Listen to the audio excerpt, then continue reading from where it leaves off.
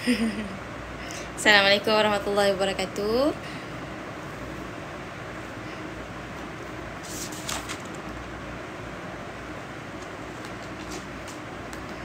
InsyaAllah bagi kita akan menunggu 2 orang panel bersama dengan kita pada malam ini.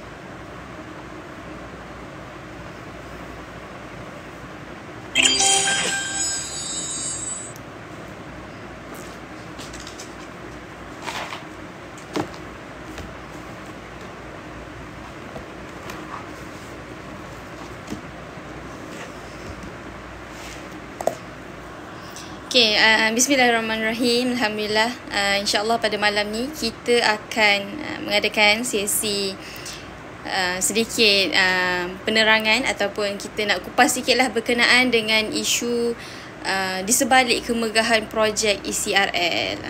Mungkin isu ni tak banyak keluar di laman-laman media ataupun di dada-dada akhbar. Dia kurang sikit dalam isu ni sebab agak dah lama jugalah isu ni tidak dibawakan oleh mana-mana pihak, sama ada pihak kerajaan ataupun pihak pembangkang.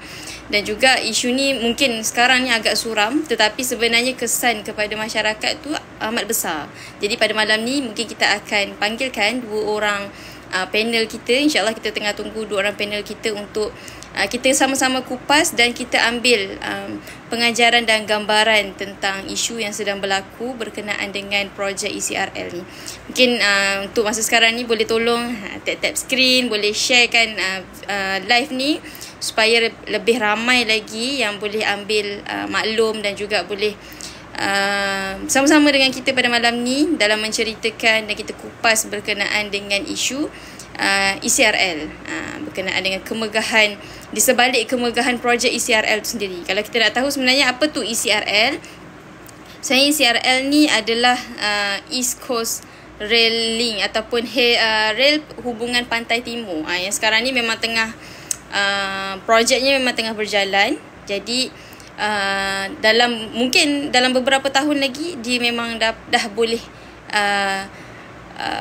berfungsi dan kita boleh dapat manfaat daripada projek tersebut. Tetapi di sebalik kemegahan dan juga projek tersebut, sebenarnya kita memberi kesan juga, projek tu memberi kesan kepada pelbagai pihak sebenarnya. Okey, sekejap kita tengok dulu adakah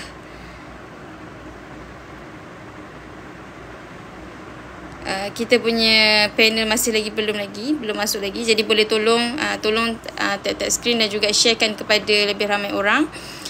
Kita masih lagi menunggu 2 orang panel. Kalau boleh kita maklumlah, panel yang pertama kita bawakan adalah salah seorang daripada penduduk yang duduk sendiri yang terkesan dengan projek ECRL ni. Kita bawakan penduduk daripada Gombak Utara, yang mana salah seorang penduduk yang menetap di kawasan yang menjadi projek tapak kawasan kepada ECRL itu sendiri. Dan yang kedua, kita bawakan seorang tokoh NGO yang tak asing lah dalam mempertahankan, sebagai seorang aktivis yang mempertahankan hak Melayu Islam itu sendiri di bumi Malaysia, iaitu kita nak bawakan juga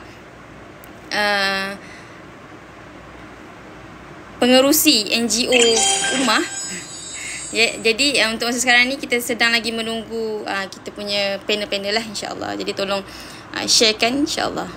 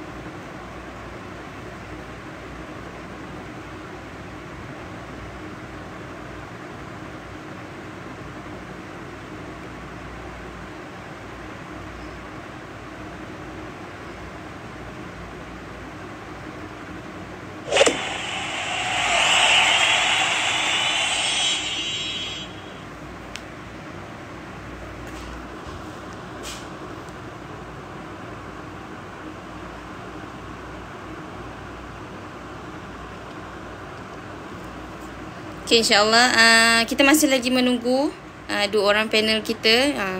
Mungkin lah kita sambil-sambil tu boleh bantu tap-tap skrin. Terima kasih kepada yang bagi gift.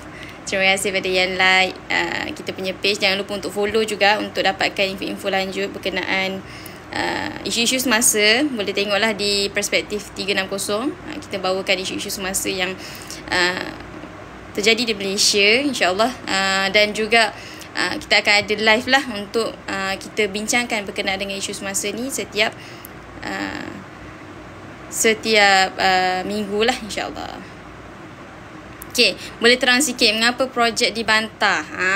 Okay, untuk mengetahui lanjut kena stay dalam live ni. Kita nak dengar sendiri sebab kita nak tahu perspektif dari penduduk yang terkesan dalam situasi projek ECRL ni. Jadi boleh stay dekat dalam live ni. Kita akan dengar sendiri macam mana sebenarnya projek ECRL ni mengganggu ataupun memberi kesan kepada penduduk yang tapak pembinaan ECRL itu okay. Yang mana tapak projek itu dia okay, ni Tuan Yusof ya. Kita tunggu. Ya. Tuan Yusof, okay, Alhamdulillah.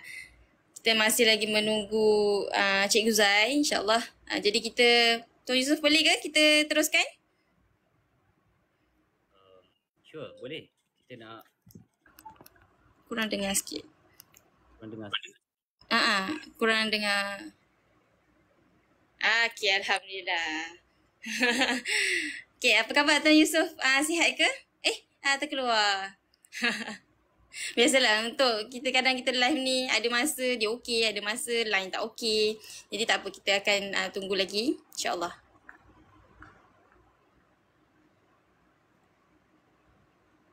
Okay.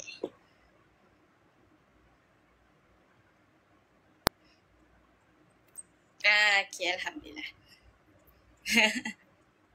Okay, mungkin boleh check suara dulu, macam tak berapa dengar. Macam tak berapa jelas. Test 1, 2, 3. Dengar ke? Okay, jelas. Alhamdulillah. Okay. Alhamdulillah, dengan panel yang pertama, kita Tuan Yusof dah bersama dengan kita. Tuan Yusof, kita malam ni kita ada seorang lagi panel iaitu Cikgu Zai, pengerusi NGO Ummah. Tapi Cikgu Zai maklum agak lewat sikit malam ni, jadi kita go on dulu boleh? Boleh. Alhamdulillah. Okay, insyaAllah. Okay, Tuan Yusof. Okay, untuk kita nak buka berkenaan dengan, sebelum kita nak buka lah, kita nak bincang, kita nak kupas berkenaan dengan isu projek di sebalik kemegahan projek ECRL yang mungkin kerajaan dah melabur berbilion-bilion ringgit ni sebenarnya. Tapi di sebaliknya sebenarnya ada kisah yang mendukacitakan, memberi kesan lah kepada penduduk yang menjadi tapak kepada projek tersebut. Jadi mungkin Tuan Yusof ataupun nama penuhnya Tuan Yusof Sulaiman merupakan Sekretariat Bertindak Selamatkan Tanah Warisan Melayu Islam. Jadi mungkin Tuan Yusof boleh tak kita nak tahulah ceritakan sikit apa latar belakang sebenarnya Sekretariat Bertindak Selamatkan Tanah Warisan Melayu Islam ni, dan apa Allah, rezeki betul malam ni keluar masuk Tuan Yusof.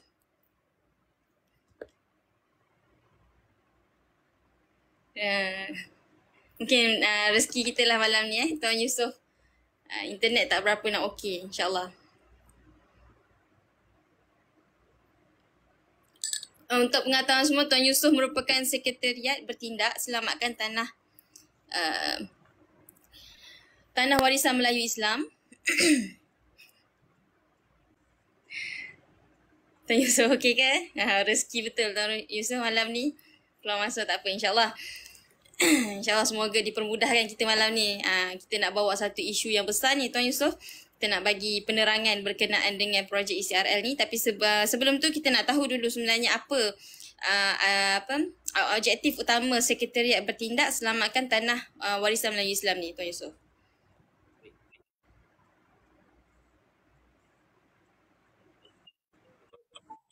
Saya Sulaiman. Di sini saya mewakili sebagai pengerusi Sekretariat Sekretariat Selamatkan Tanah Warisan Melayu yang mana kami ni adalah effort of everybody yang duduk di dalam Gombak, di mana jajaran ini telah melibatkan 13 kampung yang ada di dalam dua pentadbiran ketua perwakilan kampung kita, bermula daripada Batu 7 sehingga ke Batu 16. So, gabungan daripada usaha penduduk kampung ni telah berjalan sekian waktu, kurang lebih 2 tahun. Perjalanan kami ni menyatukan seluruh penduduk yang mana pada awalnya kami telah dapat maklumat pada tahun 2017 asal ceritanya, iaitu zaman itu pemerintahan ditadbir oleh Perdana Menteri Datuk Seri Najib Razak yang telah membawa masuk projek ECRL. Pada masa itu kita jelas mereka cuba menjalankan tugas mengikut protokol ataupun SOP yang ditadbirkan oleh perlembagaan, yang mana dia akan datang untuk buat heritage impact assessment, but there's no social impact assessment. Tapi bila berjalan waktu pada tahun 2017, kita dapati perkara ni telah diberi bantahan oleh penduduk asal yang lebih awal pendudukan mereka di dalam Gombak, which is the veterans of Gombak yang pernah kami faham mereka ni pernah pertahankan Gombak daripada ditenggelamkan oleh empangan yang pernah dicadangkan. Gombak ni nak jadikan empangan, salah satu empangan, dan wakil penduduk itu telah menyuarakan yang mana keadaan projek ni tak sesuai merentasi kawasan yang padat penduduk. So right after that, kita melangkau ke depan sedikit pada tahun 2018, 2019, kita dapat faham yang mana projek ECRL ni telah dialihkan laluan jajarannya ke selatan. Pada masa itu penduduk jelas, sebab peringkat pertama memang kita dah beri bantahan agar jangan merentasi kawasan padat penduduk, dan laluan yang kami difahamkan adalah mereka akan ada stesen di Batu Cave sebagai satu stesen tarikan pelancong, dan diorang akan merentasi laluan di highway Temple, yang mana pelebaran jalan raya dibuat untuk menaikkan tiang kereta api. Dan projek pada masa itu memang tidak ada bantahan kerana tidak mengganggu kawasan yang diduduki oleh manusia sebab tepi-tepi reserve jalan. Dan pada tahun 2018 bila projek ini telah diwar-warkan untuk diubah haluan ke selatan, jajaran selatan, kami selaku penduduk dalam Gombak Utara berasa lega kerana kami difahamkan projek ini memberi pengurangan bajet belanja yang lebih bagus, dan mereka merentasi kawasan-kawasan estate di belah Nilai, di belah sebahagian kawasan daripada Putrajaya merentasi pergi ke what they call this, Jelebu, dan naik ke bahagian Pahang di bahagian belakang. So bila pada pemerintahan itu telah jelas, kita berasa lega dan kita pun nampak keadaan ini akan memberi ruang kepada negeri tambahan ke dalam tanah Melayu ni. Kita rasa projek ni lebih baik, lebih wajar untuk diteruskan ke bahagian selatan. Bagaimanapun pada tahun 2021, pada waktu itu COVID masih lagi berleluasa. So kami di Gombak dapati di Batu 16 telah ada satu kawasan diratakan, dibersihkan. Kami tak dimaklumkan apakah projek yang akan dilakukan di situ. Kami tak diberi maklum lagi pada masa itu, dan kami tak nampak lagi signboard menunjukkan, membuktikan ini projek untuk pembangunan apa. Dan berjalan waktu, kami mencari maklumat daripada dalaman dan juga sekitar untuk tahu apakah yang berlaku sebenarnya dalam kawasan Gombak. Jika ini adalah berkaitan projek ECRL, mengapa tidak ada pengumuman secara umum kepada masyarakat yang menetap di dalam kawasan Gombak ini sendiri? Kita yang seperti kami boleh suarakan, kami ini perwakilan daripada Batu 7 mulanya adalah Kampung Desa Mukmin Warisan, Kampung Desa Mukmin Permai, Kampung Sungai Cincin, Batu 8, Gombak Utara, Taman Rawiyah, Sulaiman Jaya, and then kita ada Taman Permai Jaya, Kampung Sungai Salak, Desa Makmur, Batu 11, Batu 12 iaitu kawasan penempatan orang asli. Di sini ada prime area yang important yang mana kita ada satu-satunya hospital orang asli di dalam dunia yang kami telah difahamkan oleh penduduk setempat. Telah dijalankan satu program pada zaman British era, 1800 punya era. Dia telah membangunkan satu penempatan untuk memelihara, menjaga, melindungi penduduk tempatan ni. Jadi projek British menjalankan satu kerja yang melindungi kepada hak rakyat Tanah Melayu. Kami berasa berbesar hati atas tindakan mereka begitu. Tapi sayangnya berjalan waktu sampai ke hari ini, kita dapati projek ni telah merentasi kawasan yang padat penduduk juga di Batu 12, Kampung Sungai Rumput dan juga Alang Sedayu. Saya selesaikan senarai nama kampung yang terlibat. Ini adalah kawasan-kawasan di dalam Gombak Utara yang mana penempatan dia melebihi daripada 15,000 orang penduduk. So, yang mana kami nampak yang direct terkesan yang ada perumahan. For example, daripada Batu 7, Desa Mukmin Warisan telah berlaku perobohan kepada tempat mereka sebanyak 157 buah rumah. Dan sebahagian lagi masih di situ.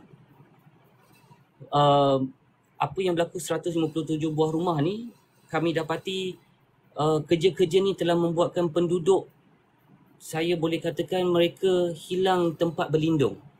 Dengan sagu hati, dia tidak diberi pampasan tetapi mereka mendapat sagu hati.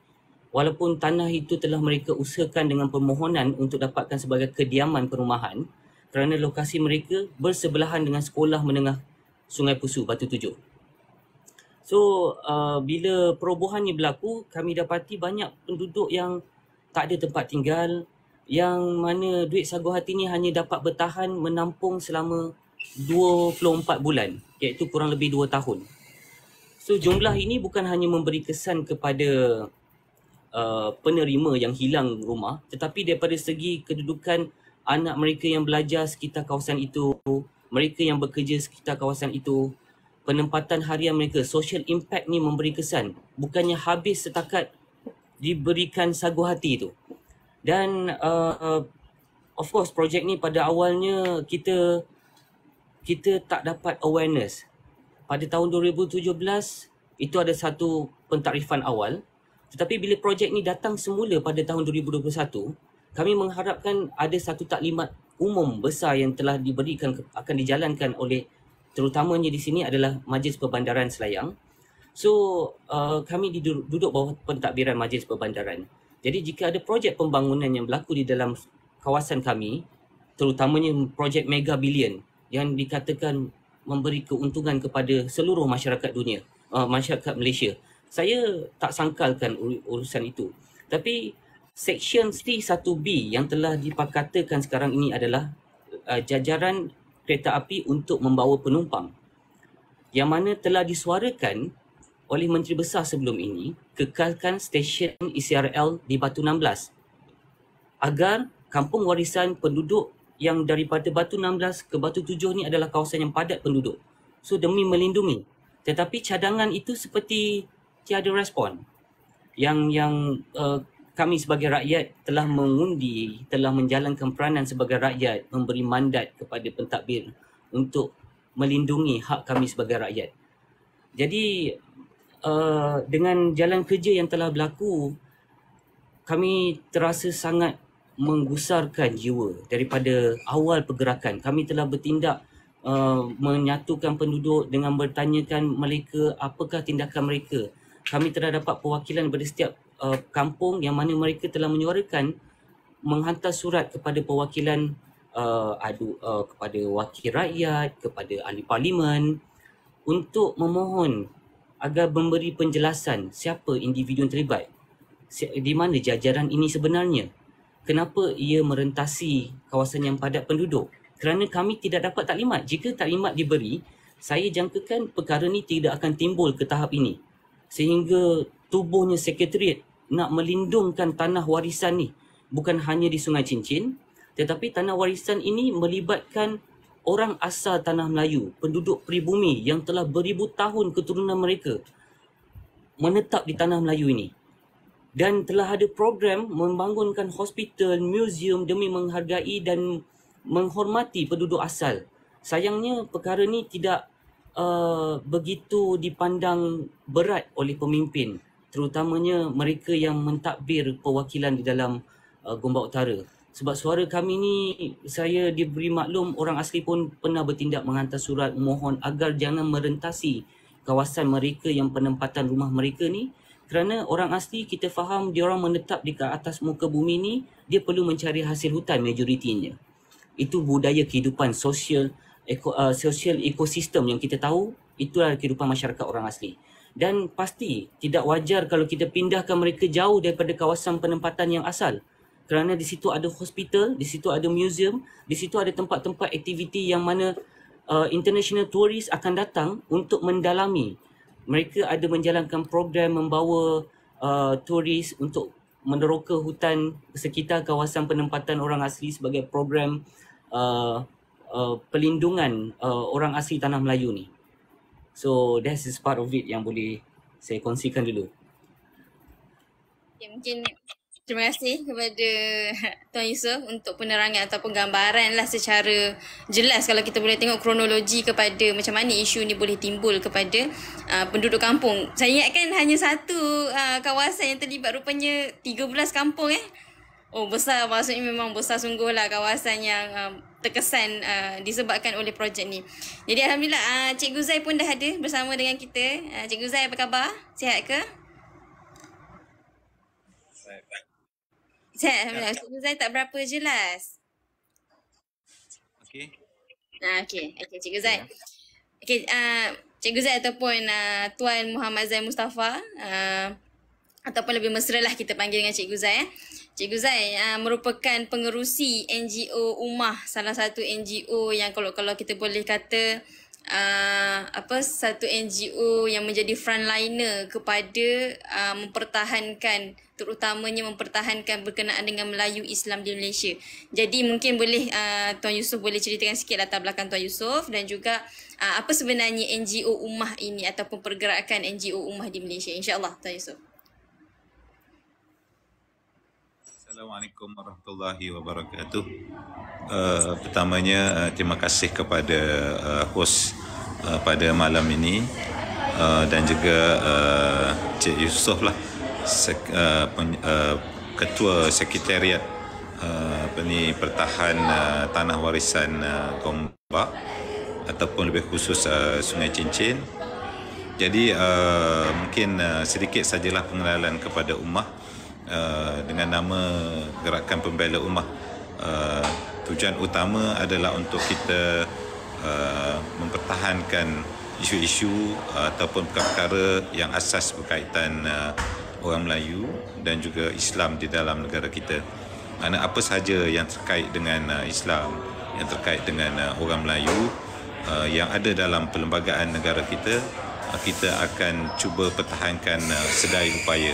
Kerana itu adalah perkara-perkara asas ataupun pancang-pancang utama dalam negara kita. Apabila negara kita ditubuhkan ataupun dimerdekakan selepas penjajahan, maka Islam dan Melayu itu secara jelas dinyatakan dalam perlembagaan kita. Bagaimana Islam itu diletak sebagai agama persekutuan, bagaimana orang Melayu dalam perkara 153 hak-hak istimewa orang Melayu ada, dan juga dalam perkara berkaitan dengan tanah rezerv Melayu pun ada dalam perlembagaan persekutuan dinyatakan, dan juga perkara yang terkait dengan rezerv orang asli pun juga ada di dalam perlembagaan persekutuan dinyatakan. Jadi perkara-perkara ini adalah asas dalam perlembagaan kita dan ianya tidak boleh diganggu gugat oleh pihak-pihak yang sama ada dalam kerajaan sendiri ataupun pihak yang luar daripada kerajaan sendiri, kerana ini adalah suatu penghormatan ataupun ini adalah suatu perkara yang telah dikhususkan dalam perlembagaan kita, yang mana inilah yang menjadi pancang-pancang utama tertubuhnya tanah Melayu Malaysia yang juga pelbagai kaum dalam negara kita. Jadi itulah sedikit sebanyak tentang latar belakang ummah dan kerja-kerja ataupun gerak kerja yang kita buat pada hari ini. Dan sehinggalah kita melihat bahawa isu yang terkait dengan pengambilan balik tanah berkaitan dengan jajaran ECRL. Saya dijemput oleh NGO di Sungai Cincin dan kita telah juga mendengar taklimat 3 minggu lepas daripada 13 wakil kampung yang menyatakan tidak puas hati terhadap prosedur dan juga terhadap jajaran yang telah di-alignmentkan ataupun jajaran yang telah ditentukan, menyebabkan jajaran itu terlibat dengan pelbagai perkara, di antaranya tanah reserve orang asli, tanah warisan yang telah di-reservekan dahulunya secara nyata, walaupun tidak secara akta, tetapi secara nyata, secara pengiktirafannya telah wujud, dan ianya telah wujud lebih ratusan tahun. Saya difahamkan dokumen yang ada daripada Akib Negara 134 tahun tanah wakaf untuk tujuan pendidikan Islam dan juga masjid di Sungai Cincin itu telah diiktiraf oleh dahulunya almarhum Sultan Selangor sendiri. Jadi sepatutnya perkara ini diambil kira dan dihormati oleh semua pihak, sama ada pihak berkuasa negeri yang terlibat dengan membuat keputusan, pihak-pihak teknikal, pejabat tanah daerah Gombak sendiri, dan juga pihak-pihak yang terlibat dengan jajaran, membuat jajaran pembangunan ECRL.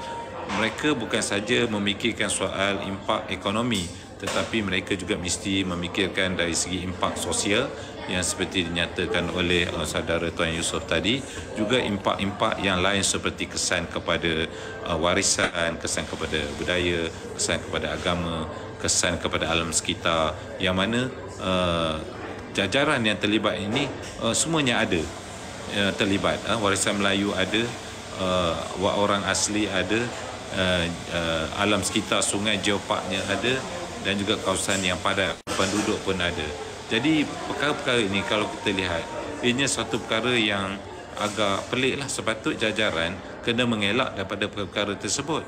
Tetapi mengapa orang yang membuat jajaran itu memilih jajaran tersebut, yang kawasan padat yang terlibat dengan pelbagai-pelbagai keistimewaan itu dipilih? Kenapa sepatutnya mereka memilih jajaran yang lebih mudah, jajaran yang lebih tidak complicated, jajaran yang tidak terlibat dengan orang ramai? Kerana kalau terlibat dengan orang ramai, lebih banyak masalah yang akan dihadapi oleh pejabat tanah, oleh pihak yang terlibat dengan pengambilan balik tanah. Jadi ini satu persoalan yang kita rasa perlu diperjelaskan oleh pihak berkuasa negeri yang membuat keputusan terhadap alignment yang telah ditentukan ini, dan juga sebagaimana yang telah dijelaskan oleh saudara Tuan Yusof tadi, kita lihat semacam ada suatu perkara yang disembunyikan kepada rakyat. Maknanya sepatutnya jajaran ini lebih awal diumumkan secara draftnya kepada rakyat. Maknanya draft alignment ni diletakkan di masjid, di surau, di tempat orang ramai 2-3 tahun dahulu, menyatakan bahawa jajaran ini lalu di sini, dan mereka boleh mendengar bantahan secara umum, sama ada bantahan itu menyokong ataupun tidak menyokong mereka. Jadi sepatutnya perkara itu dibuat, dan daripada situ maklumat-maklumat ini boleh dikumpul oleh pihak pejabat tanah, dan daripada situ mereka boleh membuat kesimpulan sama ada jajaran itu akan mendapat respon yang baik ataupun mendapat kesulitan yang banyak kepada rakyat. Tetapi saya rasa ini tidak berlaku sebagaimana yang saudara Tuan Yusof nyatakan tadi. Ini tidak berlaku. Tiba-tiba jajaran itu telah diluluskan oleh pihak berkuasa negeri, maksud saya oleh Menteri Besar dan Exco, kemudian disembunyikan, dan sehingga akhirnya bila nak dilaksanakan, baru-baru ini kita lihat bahawa ianya dilaksanakan dalam masa 4-5 bulan yang lepas, berlaku perobohan sehingga kita tidak boleh kontes, tidak boleh lawan. Pada saya ini suatu keadaan yang cuba ada manipulasi di peringkat pihak berkuasa negeri dengan pihak penduduk ataupun rakyat. Jadi dalam kanun tanah negara ataupun akta pengambilan balik tanah, sewajarnya prosedur ini mesti diperolesi. Kerajaan tidak boleh menggunakan akta ini secara tuntas. Secara kalau nak ambil tanah, ambil saja tanpa mempedulikan buruk baiknya kepada penduduk, tidak tanpa mengambil peduli tentang respon rakyat tentang tanah mereka diambil. Pada saya, ini suatu kesan dan akibat yang sangat besar pada masa akan datang. Kerana kalau kita tidak mempedulikan ribuan rakyat yang terlibat dalam jajaran ini, masalah yang besar yang akan dihadapi, ke mana mereka akan pergi selepas pada ini. Sebab di situlah tanah tumpah mereka, dan kalau mereka tidak mampu menggunakan wang pampasan untuk mereka membeli aset mereka, rumah mereka di sekitar Kuala Lumpur, maka mereka akan keluar daripada Selangor dan mereka tidak boleh beli, dan mereka akan duduk di pinggir-pinggir di hulu-hulu kawasan-kawasan yang lain, ataupun pindah keluar daripada negeri Selangor, mencari negeri yang lain yang lebih murah untuk mereka membeli aset yang mereka dapat daripada pampasan ataupun gratia, ataupun daripada sagu hati, ataupun daripada nilai jumlah pampasan yang mereka perolehi. Kalau jika mereka ada geran lah, pampasan yang setimpal itu pun kena dibincangkan secara serius. Kerana saya lihat banyak perkara-perkara yang hidden, yang tidak diberitahu kepada tuan tanah, hak-hak mereka yang sepatutnya mereka buat dan mereka dapat. Jadi perkara-perkara ini perlu konsultasi, dan saya mengambil satu tanggungjawab. Kebetulan saya juga dari bidang pengajian perunding land matters ataupun hal-hal yang berkaitan tanah. Saya sendiri pengajian saya adalah property management, yang berkaitan dengan pengurusan hak tanah. Jadi sikit sebanyak dapat membantu perkara ini, urusan ini, kepada memberi pencerahan kepada rakyat ataupun memberi pencerahan kepada tuan-tuan tanah yang terlibat. Kerana kita maklum, orang-orang yang tidak mengetahui hal urusan berkaitan tanah ini, mereka tidak tahu bagaimana nak mula dan bagaimana mereka nak handle ataupun nak uruskan perkara-perkara yang mereka hadapi ini. Kerana macam-macam lah, kerana tidak ada maklumat, tidak ada pengetahuan, menyebabkan mereka ini terumbang-ambing, tak tahu nak pergi ke mana. Sepatutnya perkara ini diberi panduan dan juga guideline kepada oleh pentadbir tanah, pihak berkuasa negeri.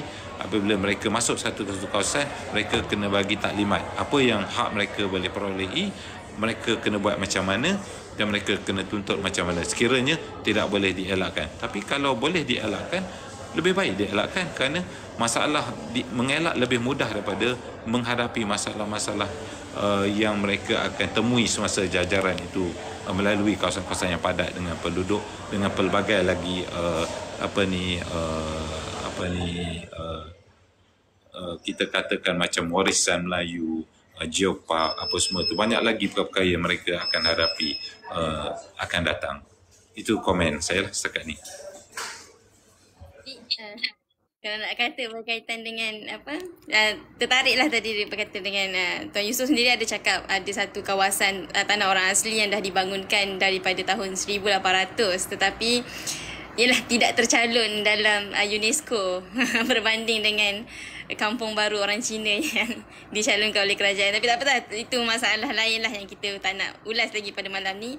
Kita nak fokus dulu kepada berkenaan dengan isu ECRL, di mana Tuan Yusof sendiri dan juga Cikgu Zai dah bagi satu, saya rasa satu penerangan, dan juga saya percaya daripada Tuan Yusof sendiri sebenarnya banyak dah solusi, banyak dah surat-surat. Mungkin kalau nak dikira surat-surat dah berbakul-bakul, mungkin dah naik turun pejabat tanah dan juga naik turun berbincang dengan kerajaan negeri untuk menyelesaikan masalah ni. Saya percaya daripada pihak Encik Yusof sendiri dan juga dari pihak NGO Gerakan Ummah sendiri pun dah ada solusi-solusi yang dah diberikan kepada kerajaan. Tetapi seperti yang dijelaskan tadi, sebenarnya banyak lagi permasalahan yang tak selesai pun. Ada pula bila tiba-tiba ada pula dia robohkan tempat yang baru yang tidak diberitahu oleh kawasan setempat, dan rupanya kawasan tersebut yang terkesan tu satu kawasan yang besar sampai 13, melibatkan 13 perkampungan. Bagi saya sebagai orang awam yang kurang cakna berkenaan dengan isu ni, bagi saya agak terkejut dengan perkara yang berlaku sebenarnya.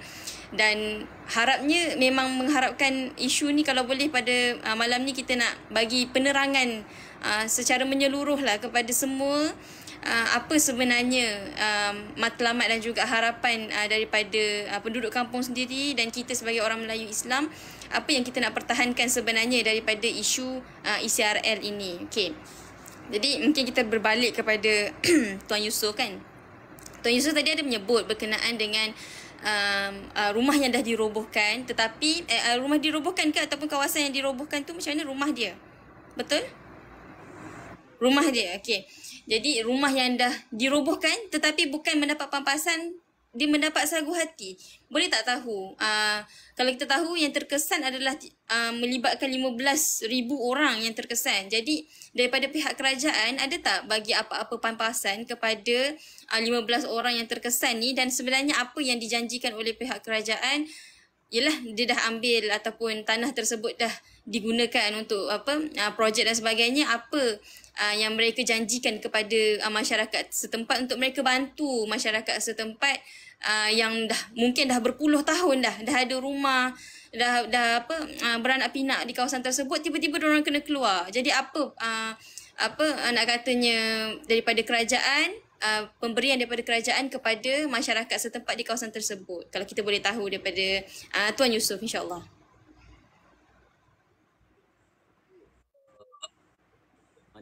Tuan Yusof, kurang dengar sikit suara. Okay. Baru okay. Right. So daripada situasi penduduk yang dapat sagu hati, yang mana dikenali sebagai ex gratia. So mereka ni yang mana kita faham pada mereka yang dapat ex gratia adalah mereka yang menduduki tanah kerajaan. Bagaimanapun tanah yang mereka duduki ni, mereka telah buat permohonan kerana penetapan mereka sudah melebihi daripada 30 tahun sebahagian penduduk kat situ. Ada yang dah bergenerasi, ada juga yang sudah ada geran tanah TOL yang mana dia dah mohon daripada zaman bapa dia 30 tahun lepas, tetapi rumah mereka juga diturut robohkan juga dan dia hanya dapat sagu hati. So di mana logiknya kalau mereka telah mengusahakan? Jadi saya nak pecahkan 3 bahagian tanah ni, statusnya. Satu, tanah pemilikan kerajaan. Dan yang kedua adalah pemilikan individu. Maksudnya tanah ini memang ada geran tanah, ada tuan, ada keluarga, ada pemilikan asal.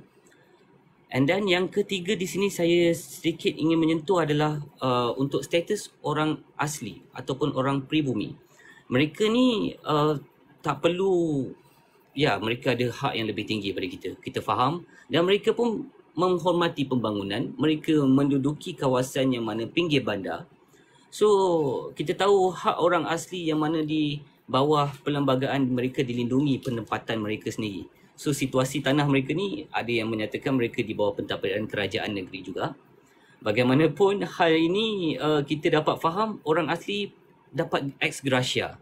Saya rasa perkara ni patut, memang wajib ditekankan, dikaji semula.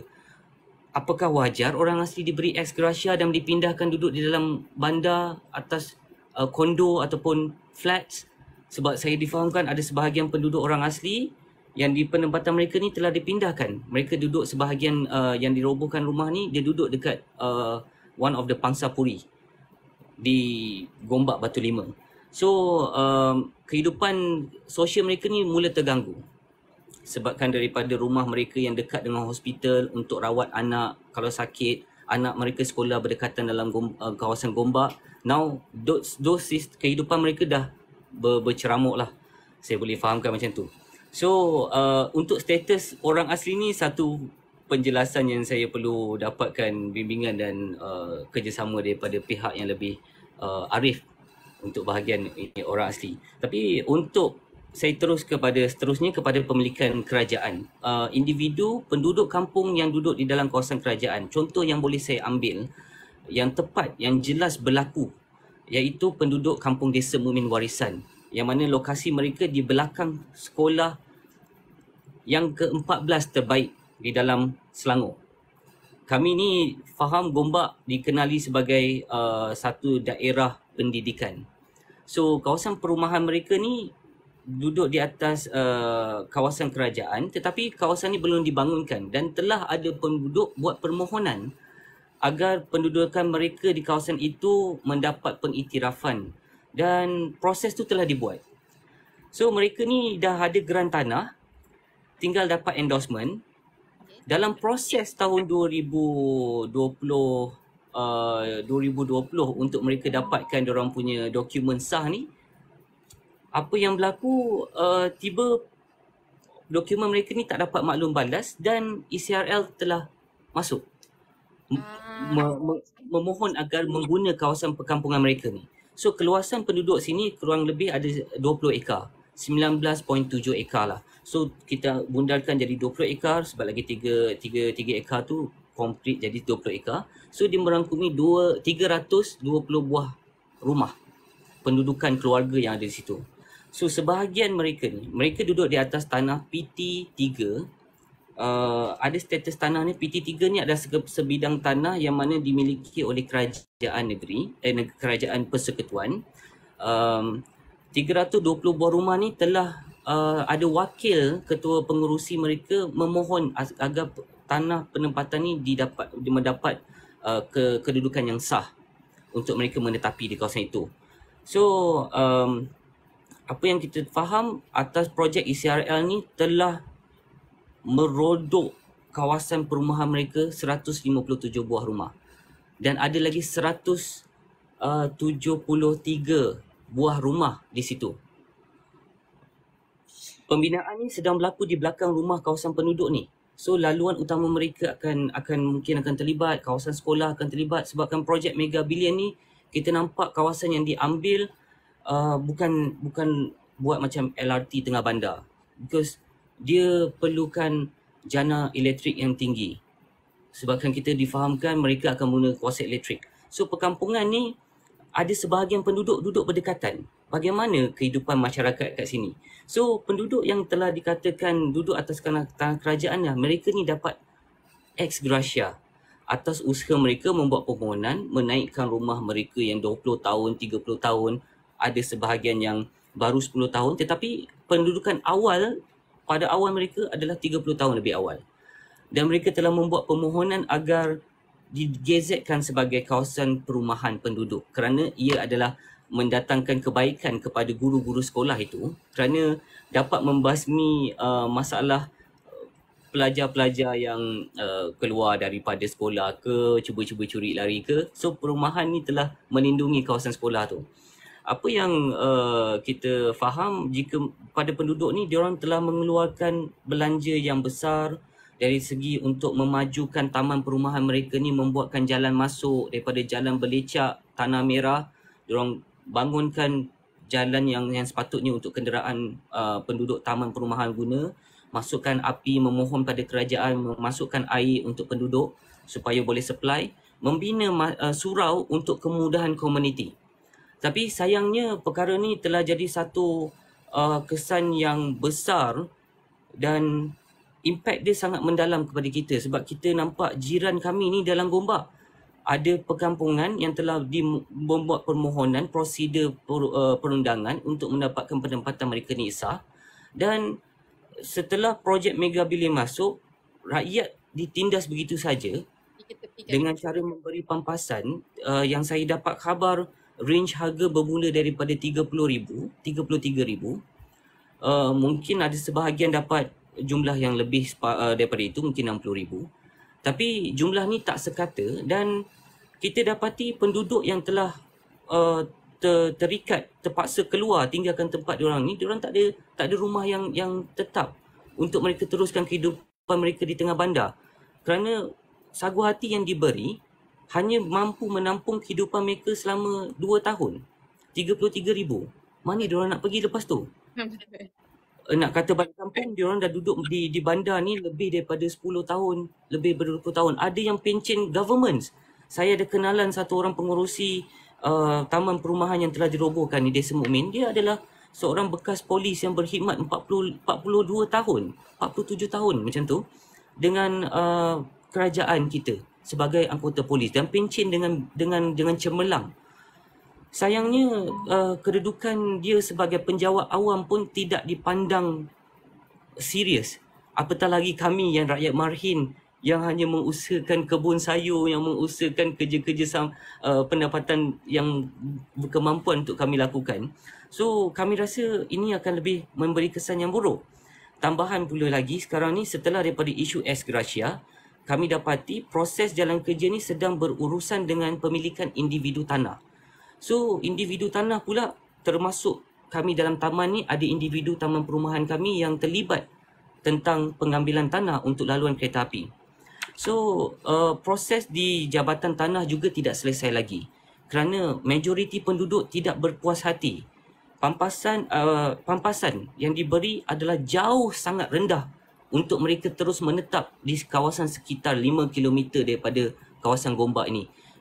Kami mendekati ke arah 5 km kerana di situ main peranan untuk mereka ni walaupun dia beli beratus ribu ke puluhan juta sekalipun kepada rakyat Gombak ni, the sentimental value yang telah wujud beratus tahun dan khazanah yang tidak dapat dijual beli di dalam geopark. Kami ni adalah komuniti geopark yang mana telah disuarakan oleh ahli parlimen menggagaskan Gombak adalah satu elemen yang tak dapat di tempat lain. Gombak Hulu Langat Geopark ni dia ada mengandungi flora dan fauna yang luar biasa daripada kawasan walaupun kita dekat dengan Pahang, but we have our own special part yang mana kita digazetkan sebagai geopark. Dan kami bersyukur kerana di dalam geopark ni ada kota ilmu dan ada komuniti geopark yang mana merangkumi 13 kampung rakyat yang telah duduk menetap di dalam Gombak. Ada yang boleh katakan beribu tahun saya boleh cakap sebab kami bersama orang asal tempatan ni. Mereka berketurunan yang mana telah dijalankan program untuk kumpulkan di dalam Gombak ni di asal Tanah Melayu. So daripada segi pemilikan, saya nak highlight pada pemilikan individu ni masih dalam proses dan mereka masih melakukan bantahan kerana pampasan yang diberi tidak wajar harga dia dengan keadaan semasa sekarang ni. Tambahan lagi, penduduk sekitar itu lebih menegaskan mereka tidak akan dapat lagi ganti sama sifat sama nilai dengan apa dia ada kerana di dalam Gombak mengandungi tapak sejarah pelita ilmu sebelum adanya Universiti Islam Antarabangsa Malaysia. Kami tak sangkalkan kelebihan yang telah dibawa oleh pembangunan negara, tetapi jangan kita lupa asal usul nenek moyang kita yang telah memajukan satu penempatan yang menjadi tradisi dan bergenerasi mewarisi kawasan tu. Masih lagi keturunan generasi wali 7 Tanah Melayu ni, dia telah dimakamkan di situ dan generasinya memangkin amanah yang telah dikurniakan kerana kawasan itu telah digazetkan sebagai tanah wakaf oleh individu sekitar dan juga tanah itu telah digazetkan sebagai kawasan yang tak perlu dibayar cukai oleh almarhum Sultan Selangor, Sultan Sulaiman Alauddin, iaitu moyang Sultan Selangor, Sultan almarhum Syarifuddin sekarang ni.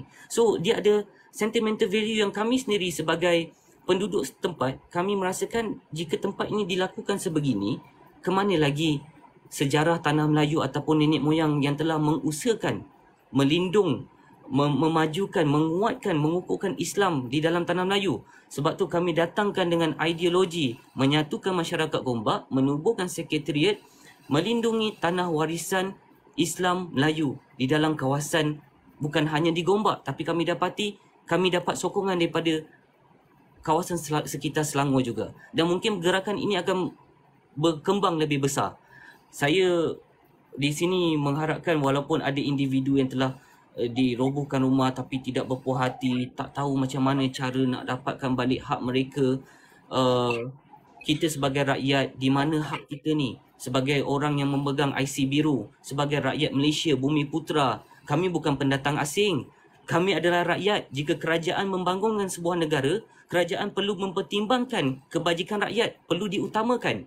Bukannya mengira keuntungan projek dengan menyuarakan, oh jika tangguh lagi projek ni dia akan rugi. Projek dijalankan oleh pemaju yang mana ada kontraktor. Ya, endorsement by the government. Tapi government perlu prihatin kepada kebajikan rakyat. Sebab kami adalah rakyat yang mengundi pemerintah di atas. Tanpa rakyat, tiada kerajaan. Itu pandangan kami di dalam Gombak ini. Jadi, saya harap dengan adanya program wawancara yang kita jalankan macam yang berlaku sekarang ini, dapat memberi penjelasan lebih ramai. Sebab saya dapati di dalam Gombak Utara terutamanya, kawasan yang terjejas, masyarakat setempat bercelaru, tak tahu mana nak pergi, mana nak minta tolong, di mana bahagian sepatutnya untuk kami dapatkan bimbingan. Hak kami ni bagaimana kami nak lindung jika dinilaikan dengan harga bawah daripada lantai bumi. Ya.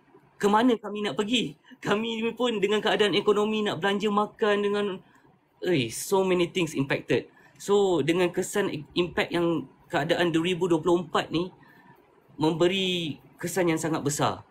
Jika dia nyatakan sagu hati ataupun pampasan, perkara itu tidak wajar dilakukan kepada rakyat Malaysia kerana projek mega bilion patut mengutamakan bukan meredah kawasan yang padat penduduk, kawasan yang penuh khazanah alam, yang ada community geopark. Saya menekankan isu-isu ini kerana nilai-nilai murni yang ada ni saya tak dapat di tempat lain.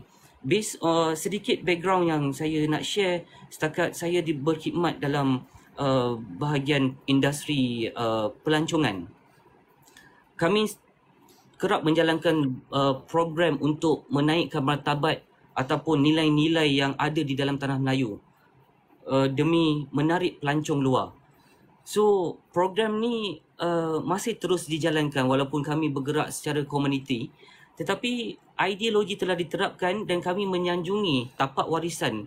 Kita ada tapak warisan Wali Tujuh Tanah Melayu yang boleh jadi satu tarikan pelancong, yang boleh jadi satu tempat untuk peribadatan kepada umat Islam yang ada masjid di situ, dan kita pun difahamkan di kawasan situ akan membangunkan satu pendidikan Islam kepada masyarakat setempat demi menyokong dan mengukuhkan lagi pendirian iman Islam kita di dalam tanah Melayu ini. Saya tak menyangkalkan tentang kebebasan hak orang lain bersuara, tetapi kami sebagai rakyat Malaysia, orang Melayu beragama Islam, Bumi Putera, IC Biru, ya, kami mewakili masyarakat yang telah ada khazanahnya. Dengan ini saya jelas pampasan yang diceritakan, sagu hati yang disampaikan adalah satu perkara yang tidak wajar untuk kami. Jika mereka meredah kawasan yang penuh khazanah alam ini. Ya, itu saya untuk wawasan ni saya ceritakan. Terkesima lah juga, maksudnya memang terkesan sangat. Bila kita fikirkan balik, kita yang tak terkesan pun sebenarnya dalam keadaan ekonomi sekarang pun kita dalam keadaan yang sangat terdesak. Apatah lagi mereka yang sekarang ni beberapa tahun, dah hampir ada dalam 5 tahun ada projek ni berlangsung.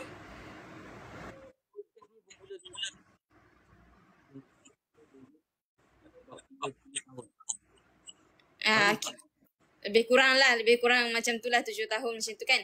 Jadi nak katanya dalam satu range masa yang sangat lama untuk dia bertahan, untuk orang-orang yang terkesan ni untuk bertahan, lebih-lebih lagi dengan mereka, orang-orang asli pun terkesan dengan kawasan-kawasan yang sepatutnya menjadi khazanah kepada negara juga, menjadi rizab kepada negara juga, terkesan. Ini menjadi satu tamparan lah kepada masyarakat sepatutnya. Apabila kita sendiri orang Melayu tak dapat nak mempertahankan kawasan yang sepatutnya menjadi orang kata nilai emas kepada negara, dia memberi satu membuka betul lah minda kita bahawa kita ni memang betul-betul sepatutnya kita melihatlah daripada kacamata masyarakat yang betul-betul menjadi terkesan lah kepada isu ini. Jadi mungkin daripada Tuan Yusof, saya percaya daripada Tuan Yusof, daripada Cikgu Zai kan, sekarang ni Cikgu Zai pun ada bersama dengan kita, banyak dah, mungkin tak tahu nak kira dah berapa ratus usaha yang dijalankan, macam mana nak menerangkan kepada kerajaan negeri apa yang berlaku, macam mana keadaan kami. Tapi pada masa yang sama sebenarnya perkara ni ada juga dibincangkan, ada juga dibawakan di dalam parlimen oleh kerusi-kerusi pembangkang, suara-suara pembangkang dan sebagainya. Jadi apabila suara ini ataupun isu ini dibawakan oleh pihak ataupun certain parti, kita boleh kata daripada pihak-pihak pembangkang ke ataupun pihak kerajaan ke, daripada parti politik dan sebagainya, ia menjadi peluru kepada parti pembangkang sebagai satu, nak kata bahan, ada orang kata dia adalah satu bahan, hanyalah satu bahan politik yang dibawakan oleh parti pembangkang untuk menyerang kerajaan sekarang disebabkan projek ni sekarang diusahakan oleh kerajaan yang sekarang lah. Adakah benda tu betul ke? Projek ni hanyalah mainan politik semata daripada pandangan Cikgu Zai lah. Kita nak tahu daripada pandangan Cikgu Zai. Adakah Cikgu Zai rasa memang bila isu ni dibawa oleh orang politik, dia adalah satu bahan politik yang menjadi bahan politik untuk menyerang kerajaan? Apa pandangan Cikgu Zai? Terima kasih. Pada saya, mana-mana dasar kerajaan, sama ada parti A ke, parti B ke, parti C ke, parti D, walau apa parti pun, dasar itu mesti memberi kebaikan dan juga kesejahteraan kepada rakyat. Itu yang paling utama sekali. Jadi ada setengah orang kata ini isu politik. Tidak, ini sebenarnya isu rakyat.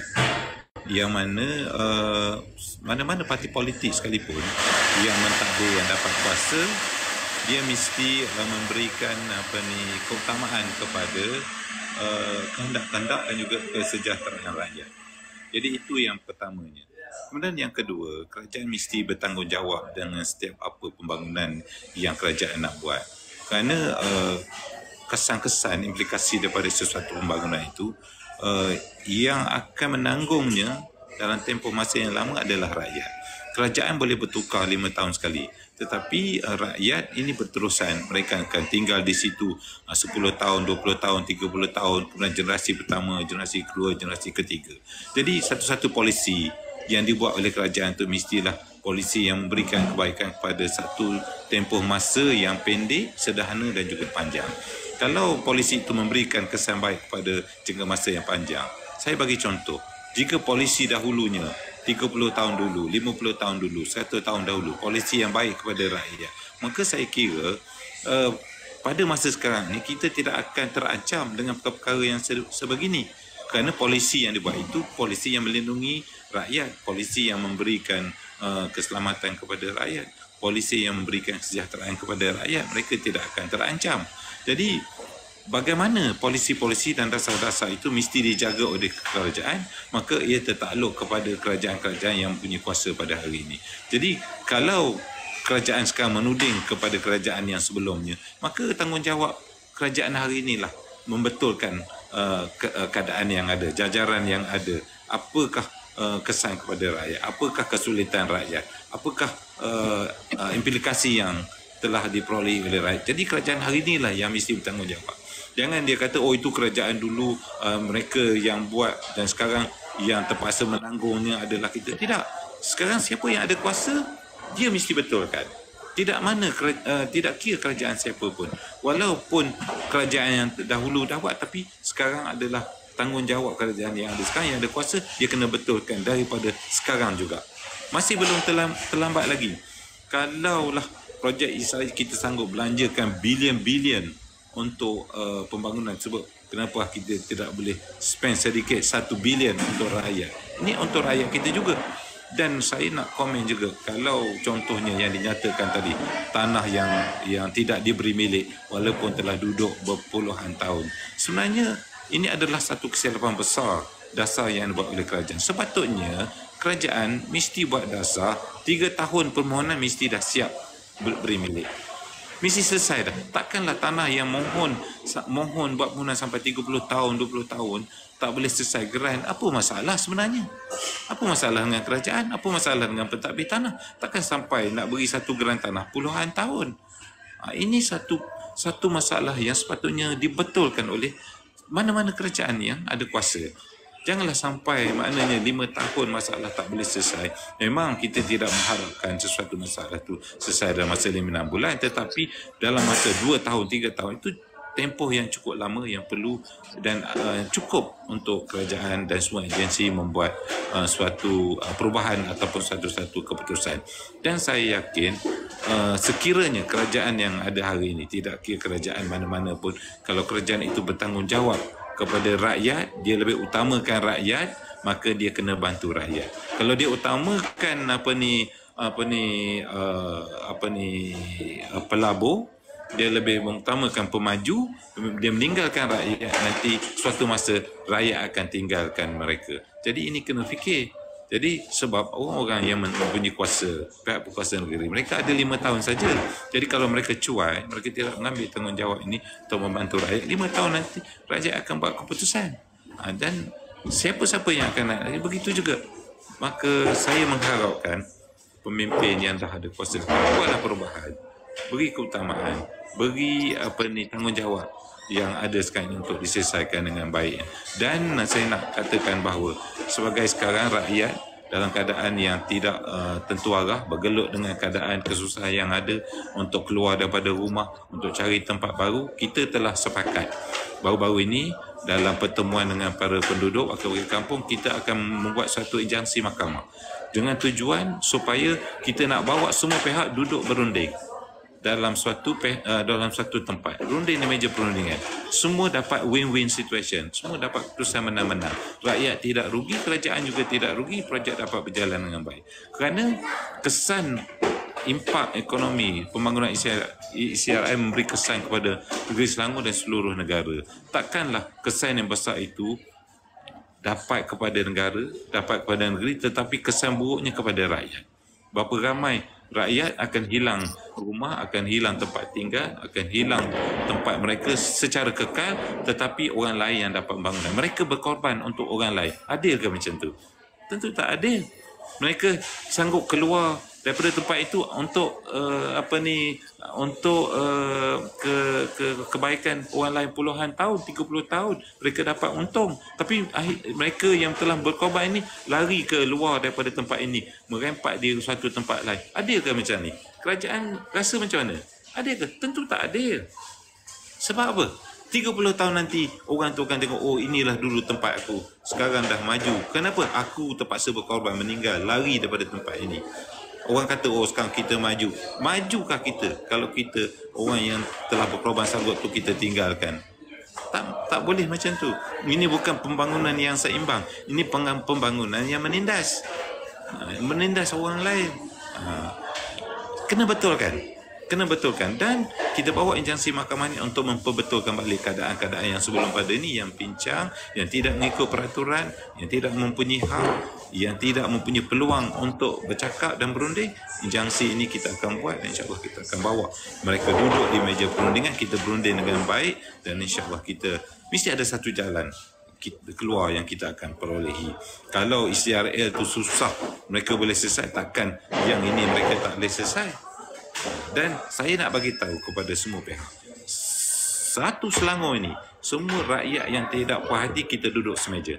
Semua rakyat yang terkena dengan jajaran yang disiarkan kita duduk semeja. Kita akan buat injunksi mahkamah, kita akan paksa pihak berkuasa, paksa pentadbir tanah, paksa pihak pemaju Israel duduk dengan kita, bincang dengan elok untuk mendapat suatu keputusan yang menang-menang bagi semua pihak. Bukan satu orang saja menang, pihak lain rugi. Israel menang, dia dapat untung 30 tahun, tapi rakyat yang rugi, mereka akan rugi selama-lamanya. Kenapa?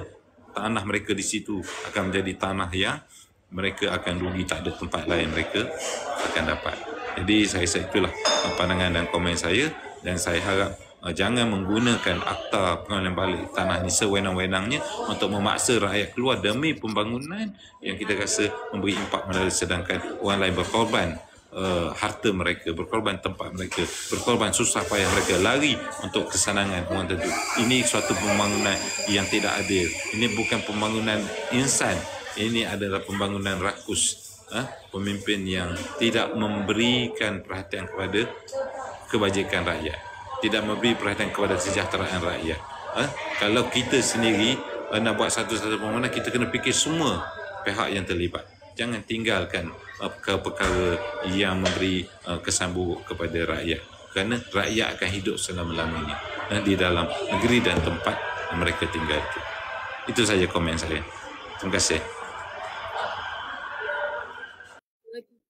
Bayangkan juga sebenarnya, bayangkanlah kalau kita kan hidup sekarang, mungkin kita hidup 30 tahun, 40 tahun. Bayangkan kita daripada 30 tahun yang lepas kita duduk di rumah yang sama, tak ada apa-apa masalah, membangun dengan tenang, kawasan yang seronok. Tiba-tiba datang satu orang, satu projek Mega Billion datang, okey kita nak rumah awak, kita nak roboh, kita nak buat pembangunan.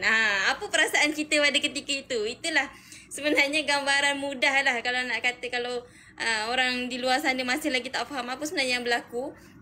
Itulah gambaran mudahnya. Bayangkan hari ni kita tidur lena, makan sedap, tapi tiba-tiba datang satu orang, dia cakap okey rumah awak ni bawah daripada projek kami, jadi awak kena keluar. Kita bagilah pampasan. Adakah itu satu perkara yang memadai kepada seseorang yang dah hidup, bayangkan 30-40 tahun, tetapi diberitahu macam tu dan terpaksa keluar daripada tempat tersebut.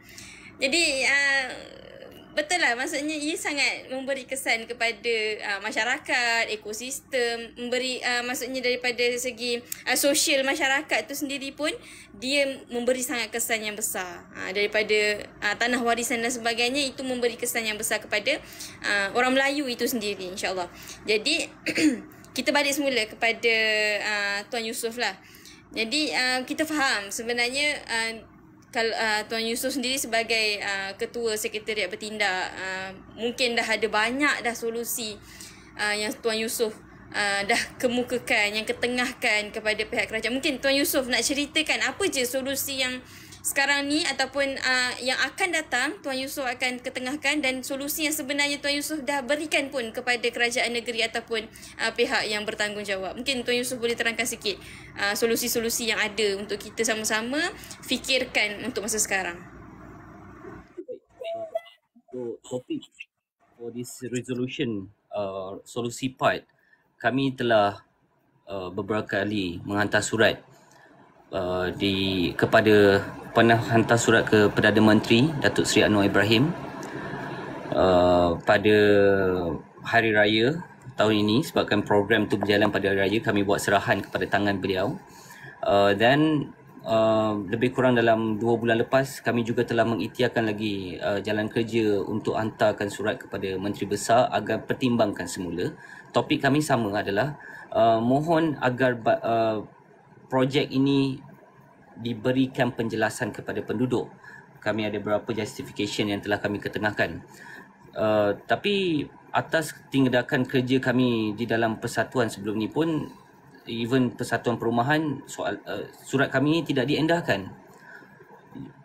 Sungguh sedihlah untuk kami pada setakat yang kami dah usahakan sebelum ni. Tapi dengan kerja yang paling baru untuk kami satukan matlamat kami dalam Gombak ni, Sekretariat berpegang pada 16 resolusi yang telah kami keluarkan sebelum ini.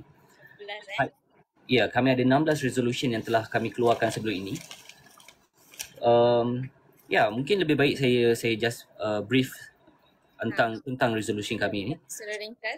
Secara ringkas. Nombor 1, kekalkan stesen terakhir ICRL di Batu 16 Gombak demi melindungi kampung warisan seperti yang telah disuarakan oleh Datuk Menteri Besar Selangor selaku ahli parlimen kita juga. Dan kedua, titah Sultan Selangor harus dituruti demi kesejahteraan rakyat Selangor. Ini adalah titah Sultan yang telah Sultan sendiri menitah perkara ini demi melindungi masyarakat yang ada di dalam Gombak ini, iaitu orang asli, kampung warisan dan juga alam sekitar. Sebab kami faham, majority people faham kawasan Gombak adalah kawasan tadahan air. Kita perlukan ekosistem yang perlu dijaga. Dan bila pembalakan ataupun penarahan hutan yang telah dilakukan menyebabkan banjir, menyebabkan saluran sungai kami tercemar, ada sauk-sauk air yang pernah kita dapat report telah mendapatkan sisa buangan atau limpahan, dipanggil earth element that cannot be distilled, dia tak dapat tapis. Mungkin satu bahan yang tak pernah dijumpa. Bila projek ni berjalan, mereka bongkar baru keluar. So that is part of the second part. Titah Sultan Selangor harus dituruti. Nombor 3, kekalkan kampung warisan Islam. Ini adalah matlamat utama kami. Sebab kampung warisan Islam yang kami tekankan, kami sekarang yang berlaku di tempat kami adalah di Gombak. Tapi tidak juga lupa kepada jiran tetangga kami di dalam Gombak dan sekitar Selangor. Nombor 4, dana yang telah disebut untuk membangunkan Masjid Kampung Sungai Cincin iaitu 15 juta masih tiada lagi gambaran yang jelas, sedangkan dana yang dilaungkan dan sekarang ni tapak masjid yang nak dibangunkan dengan dana yang dilaungkan selama ini telah diratakan untuk pembangunan ECRL. So sangat mengejutkan kami. Of course sangat mengejutkan penduduk kampung warisan Sungai Cincin terutamanya. Dan nombor 5, bangunkan semula perkampungan orang asli dan desa mukmin warisan serta individu yang terkesan. Kerana di sini ada perkampungan 57 buah kampung perumahan di desa mukmin, ada 31 buah penduduk orang asli yang rumah dia telah dirobohkan dan ada penduduk sekitar 30 ke 40 buah keluarga yang ada di dalam kawasan Riadah Alang Sedayu. Alang Sedayu ni Batu 12, dia adalah kawasan rekreasi yang paling dekat dengan bandar untuk rakyat Malaysia dapat short escape dia panggil lah, untuk hujung minggu bersama anak-anak. Dan kawasan ni pun kita dapati ada 40 anak yatim yang rumahnya di situ telah dirobohkan juga. So kami concern di mana tempat mereka, berapa lama dia boleh bertahan, sebab tanggungan untuk menjaga anak yatim bukan sikit usaha yang perlu dijalankan. Dan kita pergi pada nombor 6, kemukakan laporan Heritage Impact Assessment iaitu HIA daripada sebelum, semasa dan of course selepas pun akan ada, tapi semasa ini kami tak berdapat Heritage Impact, Social Impact Assessment dan juga Environment Impact Assessment. This is a part of the isu yang berbangkit antara tuntutan kami di dalam masyarakat mencari solusi. Kerana jika dikekalkan di Batu 16, kita tak perlu go through so many part. Dia hanya maintain kekal Batu 16, semua akan selamat. So di sini kami terus menekankan lagi. Poin yang ke-7, gazetkan kampung warisan 134 tahun. Kampung warisan ni of course telah ada lebih awal, tetapi berdasar catatan sejarah yang kami nampak di sini bermula pada tahun 1800 telah ada penempatan kawasan penduduk, telah dibangunkan, telah disatukan penduduk dengan bawah pentadbiran membawa ajaran Islam, iaitu diketuai ataupun dipimpin oleh Syekh Muhammad Nur sendiri pada ketika itu, sehingga saat ini iaitu tahun 2024 ia telah berusia kurang lebih 134 tahun. So rasanya perkara ni tak perlu nak kita suarakan sebab ia adalah inisiatif kerajaan yang patut pandang jelas, kerana kerajaan ada badan-badan yang menjaga. Apa peranannya badan-badan ni kalau tidak mencari tapak-tapak yang perlu dilindungi? So sampai kami terpaksa suarakan dulu di sini. Nombor 8, pelihara tapak sejarah. Kerana tapak sejarah di dalam Gombak ini bukan hanya di Sungai Cincin, tetapi dia ada di Alang Sedayu, di kawasan orang asli. Di Batu 16 ada tapak sejarah yang mana difahamkan kita during Japanese punya invasion datang ke Tanah Melayu, mereka telah meletupkan empangan British dan kesan empangan tu masih ada. Itu adalah kesan tapak sejarah yang masih wujud dan rakyat Malaysia terutamanya Kuala Lumpur boleh datang menziarah apa yang kita ada di dalam ni. So dia dia macam satu khazanah yang you tak teroka, you tak tahu apa yang ada dalam ni. Tapi kita difahamkan teroka tu bukan yang you kena gali tanah, rosakkan alam sekitar. Itu bukan perkara yang kami diterapkan di sinilah. Kita patut lebih memelihara alam sekitar, tanam pokok, kemaskan lagi, jaga keadaan lebih baik. Dan saya teruskan lagi setelah daripada nombor 9, selamatkan tanah pelita ilmu satu abad, yang mana dikaitkan tentang sejarah pelita ilmu Syekh Muhammad Nur ini sendiri. Sudah lebih 100 tahun sebelum wujudnya UIA telah adanya pelita ilmu ini. Nombor 10, lindungi makam wali 7 Tanah Melayu. Ini antara perkara yang saya cuba dapatkan ruang di sini berkongsi, yang mana kita faham Syekh Muhammad Nur adalah salah seorang daripada wali 7 Tanah Melayu. Seperti yang kita kenali di sekitar Nusantara, so, contoh di tanah Indonesia sendiri, mereka ada wali Songo iaitu wali 9. Di Malaysia bermula tahun 1800 telah ada wali 7 Tanah Melayu. Antaranya Habib Noh, Tuan Tulis di Negeri Sembilan, Habib Noh di Singapura, Tok Kupaluh di Terengganu dan Syekh Muhammad Noh. Lepas tu dia ada lagi 3 orang individu yang saya terlepas namanya di sini. Tapi ini adalah salah seorang yang mana kita perlu tekankan ada titik sejarah yang perlu kita lindungi di sini.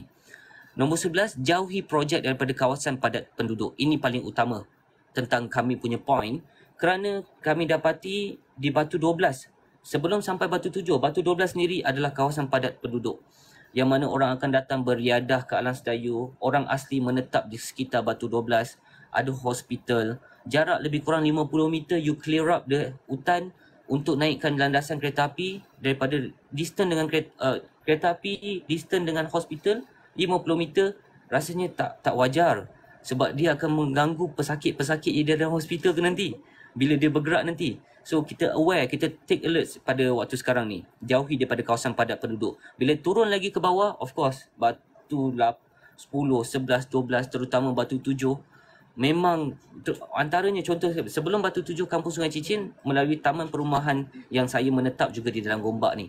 Taman perumahan saya ni telah didaftarkan sebagai satu taman perumahan berdasar dengan ROS.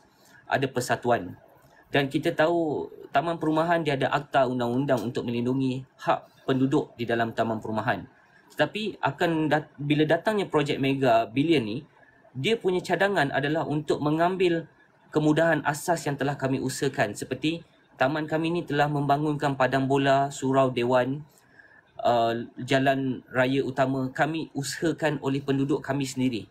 Kami tidak dapat bantuan daripada kerajaan sekitar, yang mana even jalan masuk pun kami terpaksa beli sendiri dengan tuan tanah.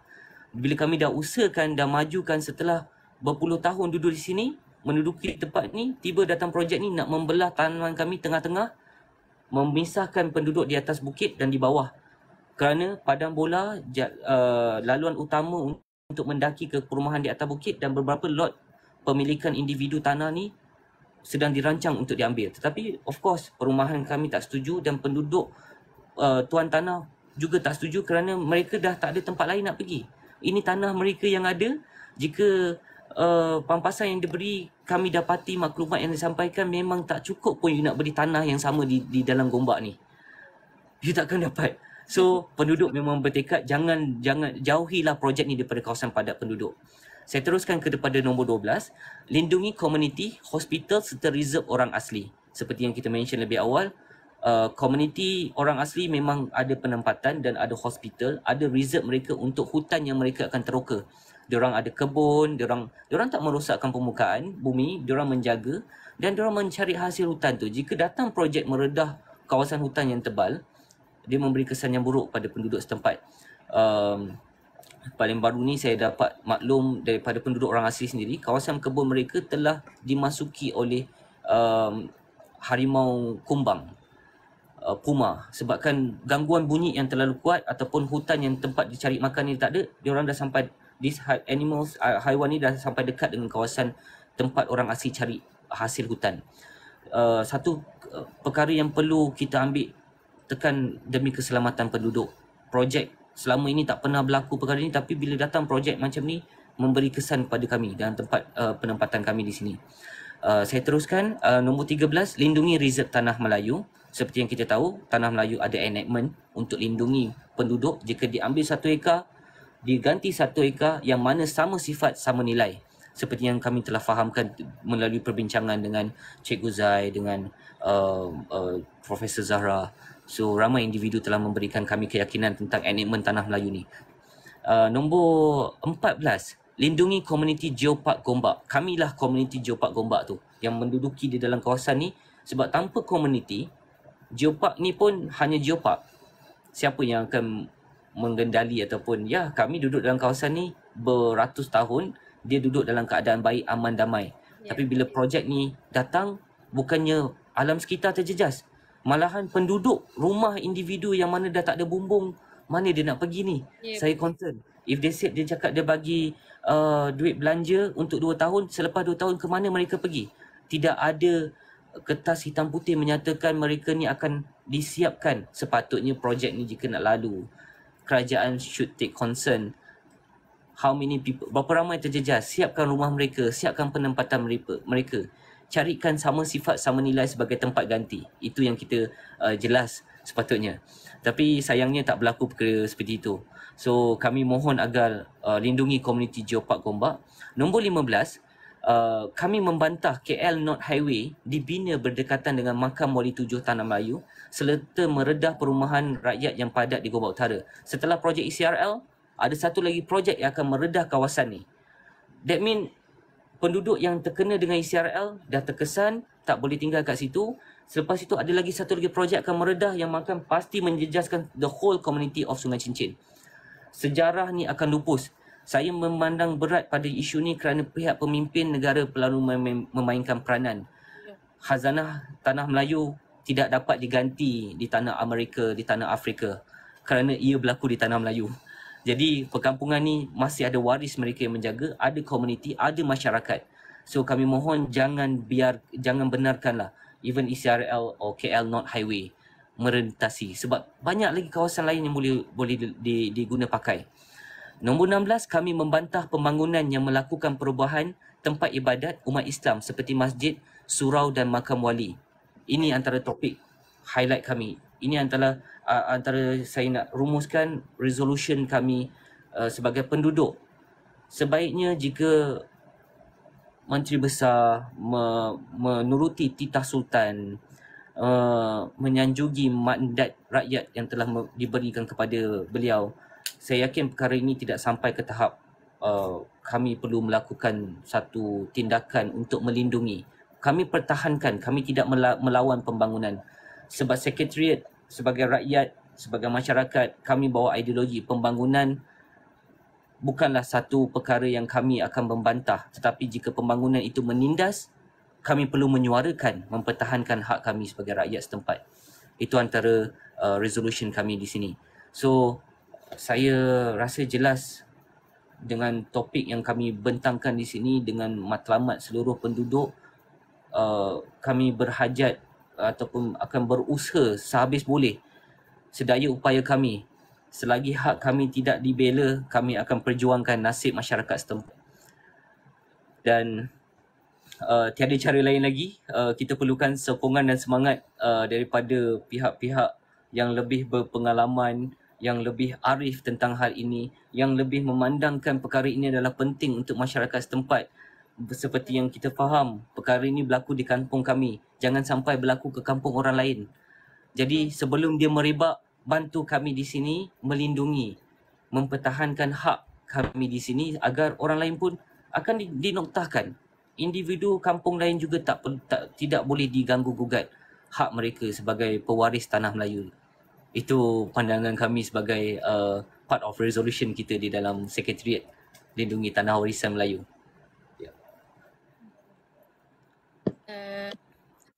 Cikgu saya ada ke? Okay, daripada penerangan tu speechless. Memang daripada awal sampai habis rasa memang speechless sangat-sangat.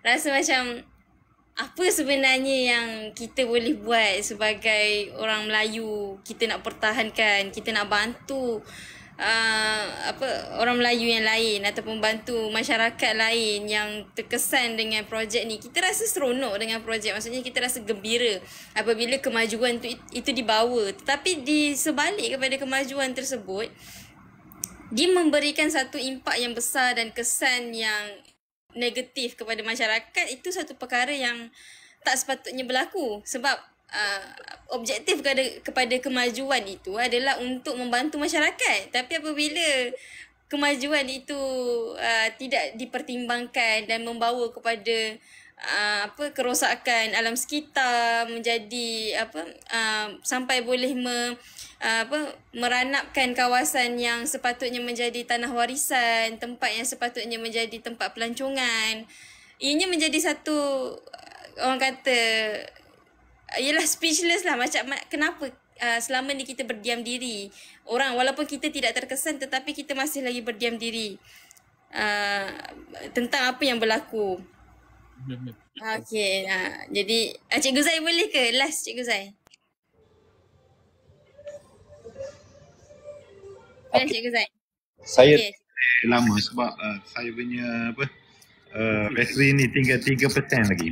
Okey, pertama saya nak nyatakan kepada penduduk kita kena tuntut hak kita kena bersatu hati dan kita kena yakin dengan apa yang kita nak buat. kepada pemerintah saya nasihat berilah tanggungjawab yang baik dan sempurna kepada rakyat di negeri Selangor ini yang terkesan dengan jajaran ECRL.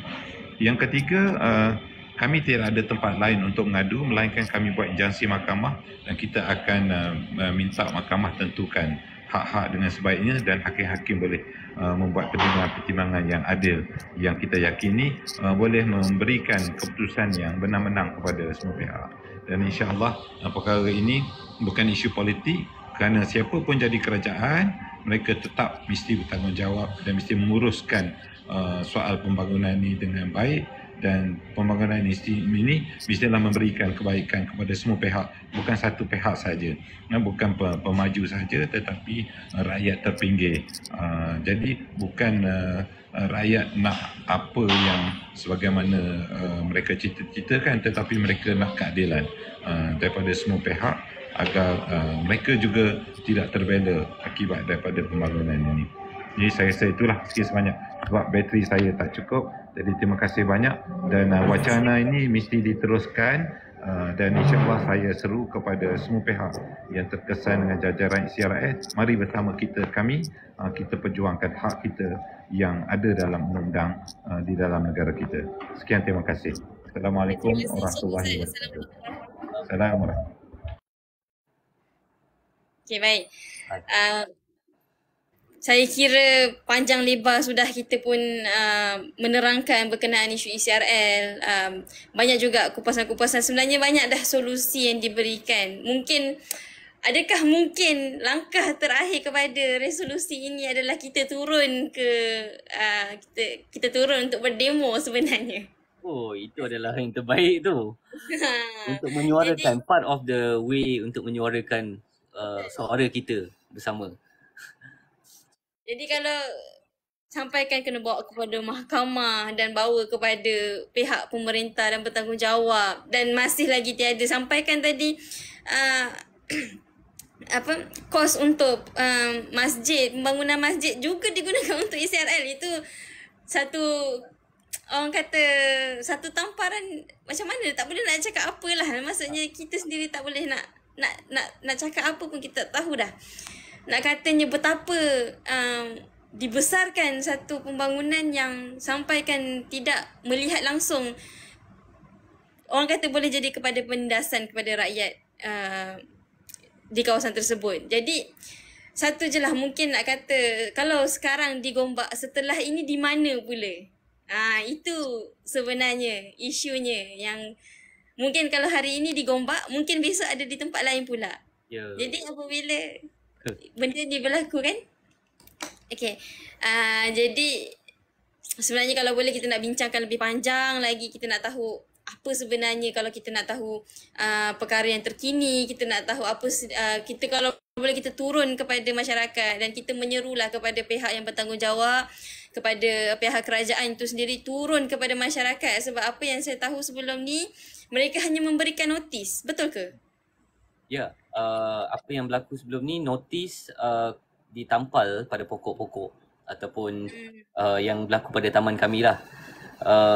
Kita tak dapat taklimat umum seperti yang kita faham. Bila satu projek ataupun satu perkara yang akan datang ke dalam kawasan penempatan perumahan, dia akan melalui ketua kampung sebagai perwakilan, pengurusi taman perumahan untuk maklumkan kepada individu tentang apa yang akan berlaku pada kawasan kita.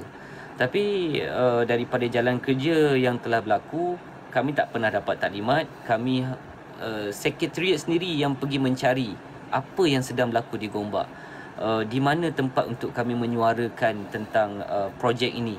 Kerana pada awal dulu kami tak dapat jumpa badan yang memberi taklimat ni lah. Sehinggalah pada tahun lepas mereka buat hanya ramah mesra bersama penduduk. Tapi pada majlis ramah mesra tu, penduduk tak bersetuju dengan apa yang berlaku. Penduduk lebih menjerumus untuk mendengar adakah ini taklimat. Tetapi rupanya tak ada siapa yang boleh menjelaskan tentang projek itu berlaku dalam Gombak.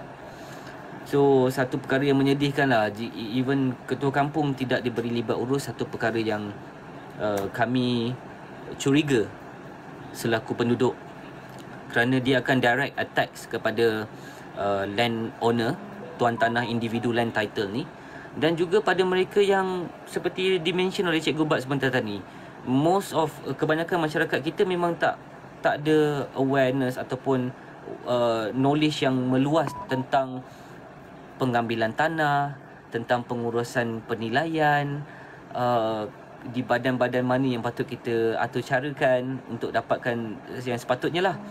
So penilai yang telah diatur pun mereka lebih menjerumus untuk menjayakan projek ni tanpa memikirkan kesan-kesan negatif yang akan muncul setelah projek ni siap dibina di dalam kawasan yang padat penduduk. Pasti dia akan mendatangkan satu perkara yang tak baik lah untuk kita. Bukannya kita menidakkan projek ni mendatangkan keburukan, tidak. Cumanya jika dia bangunkan di tempat yang benar, at least jarak daripada kawasan penduduk 2 km could be one of the reasons, kan? Tapi bila you meredah kawasan laluan utama penduduk, nak bawa jentera besar keluar masuk, ada crane, kawasan ni ada sekolah, kawasan ni orang pergi ke masjid, padat. Pagi saja saya difahamkan lebih kurang 5,000 pengguna untuk kawasan Sungai Cincin sahaja. Sebab ada sekolah, ada masjid, orang keluar, itu laluan utama. So kita tengok macam tak wajar lah kalau kita biarkan perkara ni terus berlaku. Kita bukan membangkang tentang pembangunan, tetapi kami sebagai rakyat juga ada hak untuk menyuarakan, untuk melibat urus, untuk mendapat makluman. Jika ketua kampung tak dapat maklumat, tak dapat di-join sama untuk lindung penduduk setempat, kami sebagai land owners pun akan tertekan kerana mereka datang dengan logo kepala rimau kiri kanan, the emblem, this is government project, projek persekutuan. Macam kami dia buat salah. Padahal kami menetap kat sini dah lama, kita tahu ini kawasan perumahan, pertanian, pendidikan. Out of sudden ada lori besar nak ulang alik, nak masuk kawasan kita, dan kita tahu pula projek ni bila siap dia akan ada arus elektrik. Even though dia cakap, jangan risau, jauh daripada penduduk, tapi tetap juga kawasan ni padat penduduk, tak bersesuaian lah pada kita. So saya cuba dapatkan peluang yang ada, dan saya berharap lepas ni kita dapat lagi luang masa untuk ada conversation secara online macam ni, memberi saya lagi ruang ataupun sekretariat ni untuk bantu menyuara kepada individu yang mereka pun hilang hara tuju. Sebenarnya kami cuba nak mengumpulkan masyarakat jangan bergerak bersendirian. Kerana jika you bersorangan, pasti cabaran akan lebih berat. Tapi bila kita bersama, kita bukan menentang, kita memohon, mempertahankan hak kita ni agar kerajaan pertimbang semula. Ada tata kelola yang terlalu disebut, ada perancangan yang perlu dipatuhi. Jadi kami sebagai rakyat pun mengambil peluang dan ruang ni untuk libat urus. Sebaiknya jika dia jauhkan daripada kawasan penduduk, itu adalah yang terbaik lah. Kami pun tak nak ganggu siapa-siapa punya pembangunan. Kita pun tak nak diganggu dalam kehidupan kediaman kita ni. Itulah antara pandangan saya. Okay, baik. Tak tahulah, tak tahu macam mana kan, tak turun, tak bertemu rakyat, tak ada notis dan sebagainya, notis ditampal di pokok. Apa lagi sebenarnya kebijakan dari pihak bertanggungjawab kepada masyarakat ni, tak boleh nak dikatakan. Jadi kami sebenarnya memang masyarakat sepatutnya memberi sokongan penuh lah kepada usaha daripada pihak sekretariat kawasan, dan 15,000 penduduk yang terkesan di kawasan tersebut. Sepatutnya masyarakat Malaysia ni bersatu. Kita sama-sama kita suarakan apa yang berlaku sekarang supaya pihak bertanggungjawab dan pemerintah sekarang mengambil cakna dan mengambil satu solusi yang boleh memberikan kepada win-win situation antara masyarakat dan juga pembangunan. Betul apa yang Tuan Yusof kata tadi, kita nakkan pembangunan tapi kita nakkan juga kepada kebajikan masyarakat. Jadi Itulah kalau nak cakap kita ni kalau boleh nak lagi lama kan kita nak bincang, tapi mungkin untuk masa sekarang itu dulu. Tuan Yusof, insyaAllah untuk masa hadapan kita nak tahu juga update daripada kawasan tersebut, update akan datang, kita nak tahu mungkin Tuan Yusof boleh kongsikan kat mana sebenarnya kita boleh dapatkan update terkini berkenaan dengan kawasan-kawasan yang terjejas dengan ACRL ni. Baik, buat masa sekarang ni perkembangan yang boleh kita kongsikan melalui group. So far kita punya platform online dalam proses untuk digerakkan. Tapi throughout program kita akan datangkan lagi satu sidang media untuk menyatakan tentang pengumpulan kami atas petition masyarakat Gombak. So setelah pada itu kami akan umumkan juga platform kepada masyarakat setempat. Throughout social media ni akan ada tempat rujukan kepada rakyat setempat, tahu pergerakan yang berlaku daripada awal dulu sampailah sekarang ni.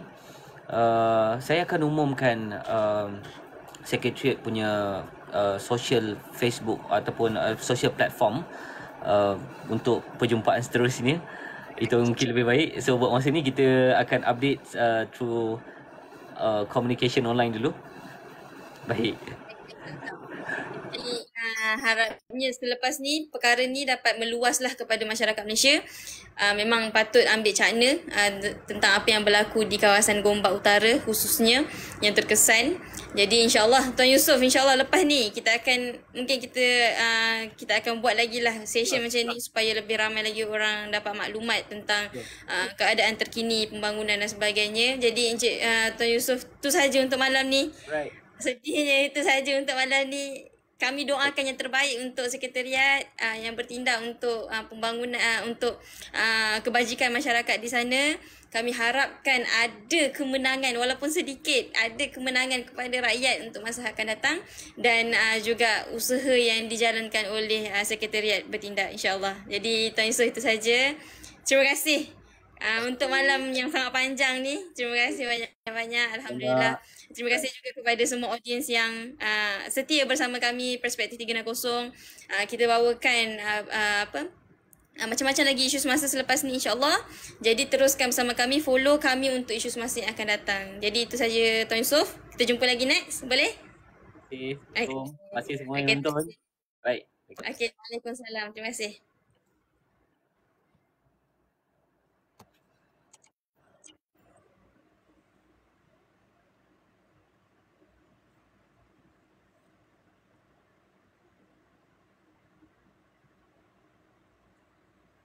Okey, jadi itu saja. InsyaAllah kita akan berjumpa lagi untuk pertemuan akan datang, live akan datang. Banyak lagi isu semasa yang kita akan bawakan. Boleh follow Perspektif 360 untuk mengetahui isu-isu semasa dari semasa ke semasa lagi. Dan banyak lagi perkara yang kita akan kongsikan selepas ini insyaAllah. Jadi itu saja. Assalamualaikum warahmatullahi wabarakatuh.